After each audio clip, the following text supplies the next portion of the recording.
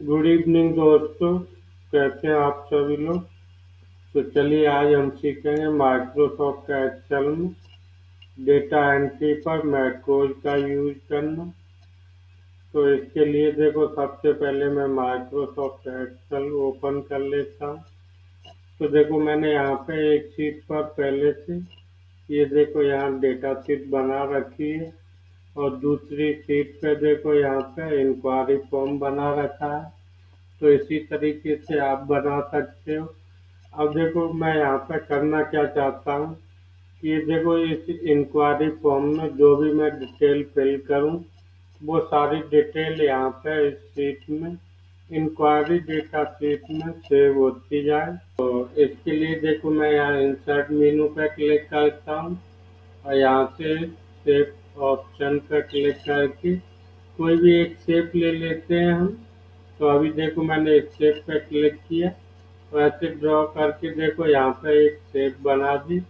अब देखो इस शेप में मैंने यहाँ से ऐसे कोई कलर फिल कर दिया और इसके ऊपर राइट क्लिक करके इस तरीके से यहाँ से एडिट टेक्स्ट पे क्लिक करके यहाँ पे मैंने इस तरीके से इस बटन को नाम दे दिया सेव रिकॉर्ड। अब देखो मैं इसको थोड़ा सा फॉर्मेटिंग कर देता हूँ अच्छे से। तो ऐसे होम मेनू पे गया मैंने ऐसे इसका फॉन्ट साइज बड़ा करके ऐसे बोल्ड कर दिया थोड़ा इसका। अगर आप चाहो तो ऐसे कोई फॉन्ट चेंज कर सकते हो यहाँ पे इस तरीके से। तो इस तरीके से देखो मैंने यहाँ पे ये एक बटन बना दिया है। अब देखो मैं चाहता हूँ कि यहाँ पे मैं कोई भी ऐसे रिकॉर्ड फिल करूँ इसके बाद इस बटन पर क्लिक करूँ तो वो मेरा डेटा जो है इस शीट 1 पे यहाँ पे आ जाए। तो इसके लिए चलो करते हैं हम शुरू मैक्रोज रिकॉर्ड करना। तो देखिए मैक्रोज रिकॉर्ड करने के लिए मैं यहाँ पे देखो कुछ पहले डेटा लिख लेता हूँ। तो देखो मैंने इंक्वायरी डेट में यहाँ पे ऐसे कोई डेट लिख दी इस तरीके से। देखो देखो यहाँ पे आपको रिलेटेड कोर्स तो इसमें देखो मैंने यहाँ से लिख दिया कि किस कोर्स से रिलेटेड इंक्वायरी के लिए कोई पर्सन मेरे पास आया। इसके बाद देखो यहाँ पर्सन का नाम मैंने ऐसे टाइप किया और इसके बाद में उसका कॉन्टैक्ट नंबर। तो जो भी ऐसे कॉन्टैक्ट नंबर होगा वो मैं यहाँ ऐसे टाइप कर लूँगा उसका इस तरीके से। अब देखो इसके बाद में हमको क्या करना है कि मैक्रोज को रिकॉर्ड करना शुरू करना है। यानी ये सारे स्टेप को हम रिकॉर्ड करना चाहते हैं। तो इसके लिए देखो यहाँ मैं व्यू मेनू पे क्लिक करता हूँ। देखो सबसे पहले आपको यहाँ पे इस लास्ट वाले जो है सेल में क्लिक कर लेना है। उसके बाद व्यू पे क्लिक करके यहाँ देखो मैक्रोज पे क्लिक करना है और इसमें से आपको रिकॉर्ड मैक्रोज पे क्लिक कर लेना है। अब देखो यहाँ आपको मैक्रोज को कोई एक नाम देना होता है और जब भी आप मैक्रोज को कोई नाम देते हैं तो मैक्रोज के नाम में आपको स्पेस नहीं देना होता है। तो देखो अभी मैंने इसको यहाँ नाम दे दिया अपने मैक्रोज को। देखो डेटा अंडर स्कोर इंक्वायरी इस तरीके से। अब देखो अगर आप चाहो तो इस मैक्रोज के लिए आप कोई शॉर्ट की भी बना सकते हो। तो अभी देखो मैं यहाँ इसके लिए कोई शॉर्ट की बना देता हूँ। देखो कंट्रोल पहले से लिखा हुआ है शिफ्ट ए यहाँ पे मैं ऐसे लिख देता हूँ। तो ये देखो कंट्रोल शिफ्ट ए इसके लिए मैंने शॉर्ट की दे दी। अब देखो मैंने शिफ्ट इसलिए दी क्योंकि कंट्रोल ए पहले से सेलेक्ट ऑल के लिए शॉर्ट की होती। तो मैंने इसमें शिफ्ट दे दी है। अब देखो यहाँ स्टोर मैक्रोज इन।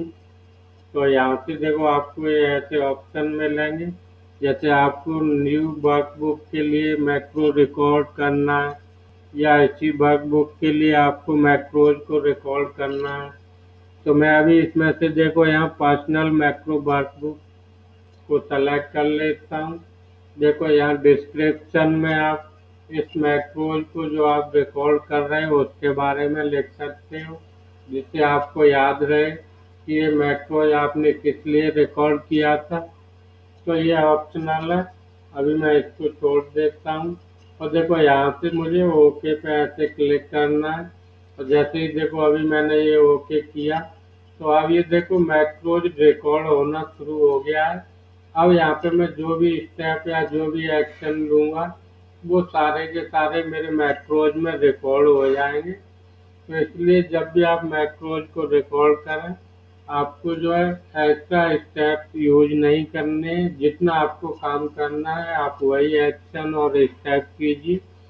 तो देखो अभी मैं चाहता हूँ कि इसको मुझे यहाँ से ऐसे सेलेक्ट करना है इस तरीके से और इसको सेलेक्ट करके यहाँ से मुझे ये कॉपी कर लेना है। और देखो कॉपी करके मुझे यहाँ शीट 1 पे आना है और इस शीट 1 पे देखो सबसे पहले मुझे नीचे आना है शीट पे। तो इसके लिए देखो मैं कंट्रोल की के साथ में डाउन एरो की प्रेस करूंगा तो शीट में सबसे नीचे आ जाऊंगा। अब देखो मुझे लेफ्ट साइड में आना है शीट में शुरू में। तो यहाँ से कंट्रोल की प्रेस करके मैं लेफ्ट एरो की प्रेस करूंगा। अब देखो मुझे शीट में सबसे ऊपर आना है तो मैं कंट्रोल की के साथ में अप एरो की प्रेस करूंगा। तो इस तरीके से देखो मैं यहाँ शीट पे सबसे ऊपर यहाँ पे आ चुका हूँ। अब देखो आपको क्या करना है कि इस वाले सेल का जो रिलेटिव रेफरेंस है वो इस नीचे वाले सेल के साथ में देना है। तो इसके लिए देखो आपको यही मैक्रोज पे क्लिक करना है और यहाँ पर देखो यूज रिलेटिव रेफरेंस एक ऑप्शन मिलेगा। इसको आपको सेलेक्ट कर लेना है और इसके बाद में जो कर्सर आपका यहाँ इंक्वायरी डेट पर है इस सेल में से इसके नीचे वाले सेल पे ऐसे क्लिक कर लेना है। तो अब मैंने देखो इस सेल का रिलेटिव रेफरेंस दे दिया है। अब देखो मैं यहाँ से मैक्रोज पे ही क्लिक करके यूज रिलेटिव रेफरेंस इस ऑप्शन से इसको जो सेलेक्ट किया था मैं क्लिक करके इसको हटा देता हूँ। अब देखो मैंने वहाँ से जो कॉपी किया था मुझे यहाँ पे वो डेटा चाहिए जो है इस शीट पे ऐसे लिखना है रो वाइज। तो देखो वहाँ जो कॉलम वाइज वर्टिकल डेटा था यहाँ पे मुझे हॉरिजेंटल रो वाइज लिखना है। तो इसके लिए देखो मैंने इसी सेल में ऐसे राइट क्लिक किया और इसके बाद आपको यहाँ पे इस स्पेशल पे क्लिक करना है। अब देखो जब आपको डेटा को वर्टिकल से हॉरिजेंटल लिखना हो तो यहाँ आपको पेज के स्पेशल में एक ऑप्शन मिलेगा यहाँ ऐसे ट्रांसपोज। इस पे आपको टिक कर लेना है और उसके बाद में देखो आपको यहाँ से ओके कर देना है। तो ये डेटा मेरा देखो यहाँ पे पेस्ट हो चुका है। अब देखो आपको क्या करना है इसके नीचे वाले सेल पे यहाँ पे कर्सर ला के छोड़ना है और इसके बाद में आपको शीट 2 पे आ जाना है और यहाँ पे जो भी डेटा आपने फिल किया था इसको कीबोर्ड से आपको जो है डिलीट की प्रेस करके यहाँ से ये डिलीट कर देना है और अपने कर्सर को यहाँ इस पहले वाले सेल में लाके क्लिक करके छोड़ना है। इसके बाद में देखो आपको यहाँ मैक्रोज पे आना है और स्टॉप रिकॉर्डिंग कर देना है। अब देखो मेरा जो मैक्रोज की जो रिकॉर्डिंग थी वो स्टॉप हो चुकी है और ये जो भी सारे स्टेप थे कि ये डेटा यहाँ से मैंने ऐसे सेलेक्ट करके कॉपी किया और इसके बाद में जो यहाँ शीट 1 पे ऐसे पेस्ट किया वो सारे स्टेप मैक्रोज ने रिकॉर्ड कर लिए हैं। अब देखो मैं जब भी यहाँ पे दोबारा से कोई डेटा फिल करूँगा और इसके बाद में सेव रिकॉर्ड पर क्लिक करूँगा तो इस डेटा को ये सीधे यहाँ से कॉपी करके शीट 1 में जो है यहाँ पे इस रो के रूप में इस डेटा को पेस्ट कर देगा। तो इसके लिए देखो अभी मैंने जो मैक्रोज को रिकॉर्ड किया है उस मैक्रोज को इस बटन के साथ में असाइन कर देते हैं हम। तो देखो इस सेव रिकॉर्ड बटन जो हमने बनाया है इस पर ऐसे राइट क्लिक कीजिए और यहाँ पे जो असाइन मैक्रोज है इस ऑप्शन पर क्लिक कीजिए। तो यहाँ से देखो मैंने यहाँ पे जो मैक्रोज रिकॉर्ड की थी डेटा इंक्वायरी के नाम से इसको ऐसे सेलेक्ट करके ओके कर दीजिए। तो ये अब इस बटन के साथ में असाइन हो चुका है। अब देखो मैं यहाँ पे कुछ डेटा फिल करके यहाँ से सेव रिकॉर्ड करके आपको दिखाता हूँ। ये डेटा किस तरीके से शीट 1 पे अपने आप जाके सेव हो जाता है।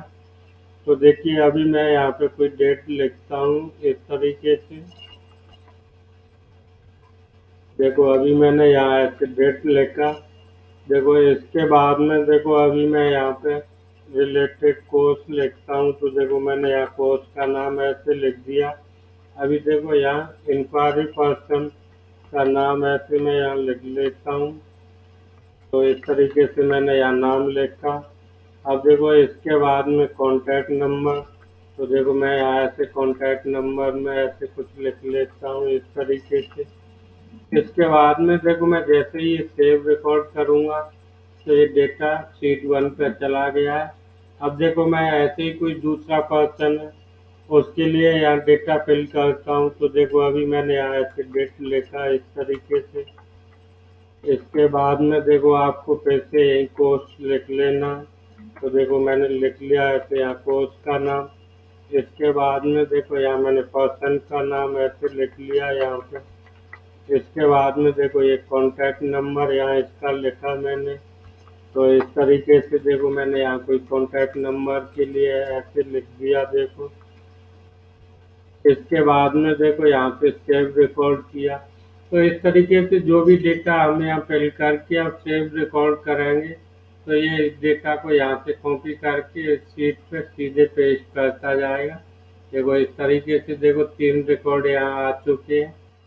तो देखिए आज हमने सीखा एक्सेल में डेटा एंट्री के लिए मैक्रोज का यूज करना। कैसा लगा आज का वीडियो आपको? आप मुझे नीचे कमेंट बॉक्स में लिखकर बताइएगा। और जितने भी नए व्यूअर आए एक बार सभी चैनल को सब्सक्राइब कर लीजिएगा। आज के लिए इतना ही।